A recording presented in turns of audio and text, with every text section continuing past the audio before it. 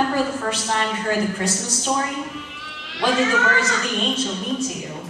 Peace on earth, goodwill to all men. This short reading has tremendous power and relevance for us today. It is telling us that God has made His peace and His acceptance to us through His Son. It's that simple, yet that amazing. God is still sending out this good news to everyone. Gloria in excelsis Deo. Glory to God in the highest.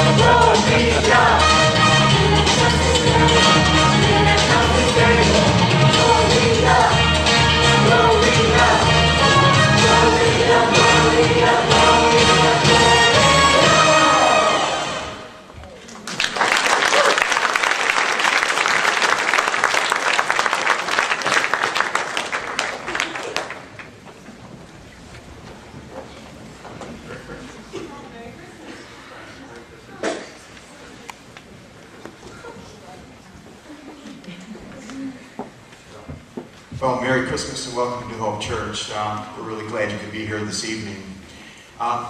Christmas is really a wonderful time of year, and I really look forward to it for so many different reasons. Just the friendship, the time to get together with friends, the food, just times to just enjoy presentations like we're getting here tonight.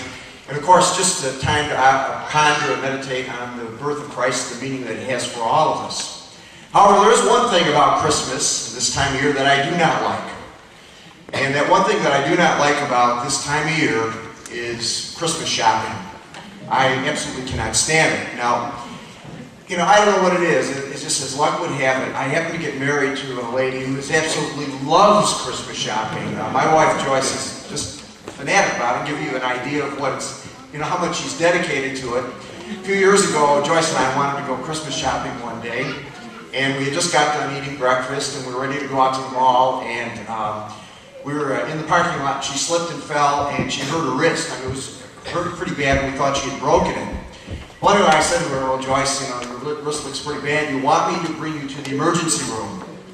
And she says, no, I want to go shopping. So we went shopping that day, but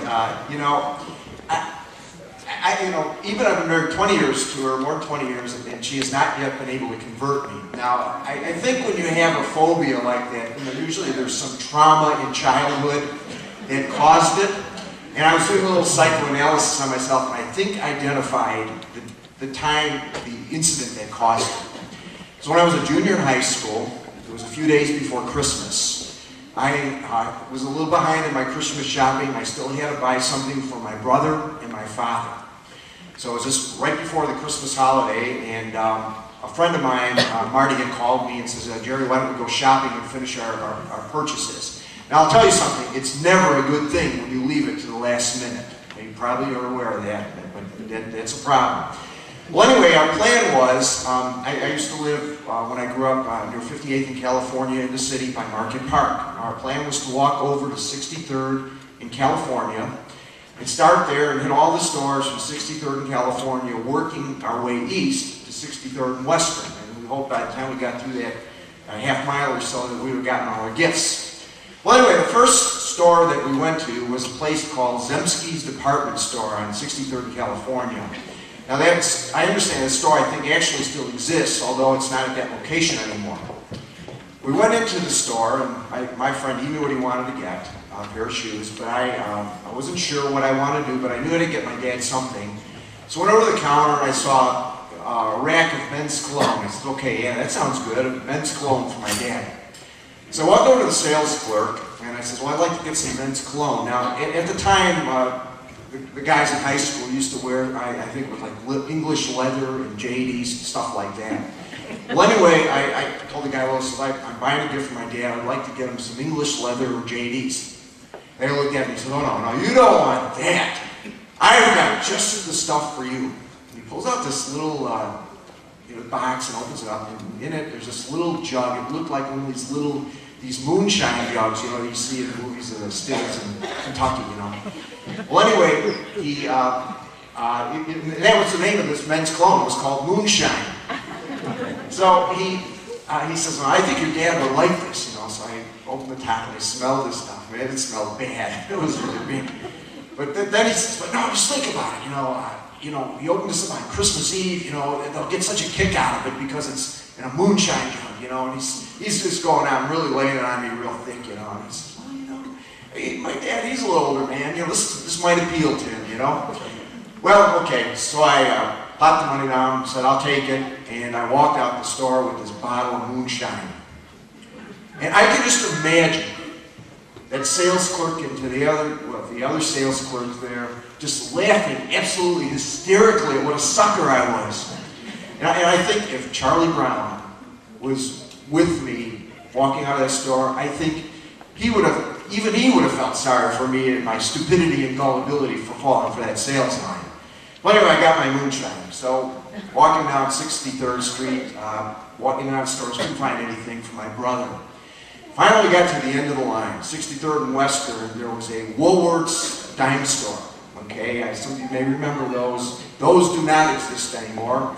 But I went in there and went up and down the aisles trying to find something for my brother. You know how it is, the feeling is you look and you have a budget, don't find anything you like. Well, finally the time is running out. I knew this was my last chance. My friend was getting ready to leave the store. I said, I gotta buy something. So I went over to the counter, and there on the rack, there in the back, I saw something that I wanted to buy. Well, I'll buy that for my brother. So I told the clerk, I'll take one of those. She brought it down, took it, I paid for it, and I bought it. And he's saying, well, you're wondering, what is that one of those? I am really almost embarrassed to tell you what I bought him. Okay? You know what I bought him? It was a ready-to-assemble model of an Alfred E. Newman action figure. Okay? Now, for those of you who don't remember who Alfred E.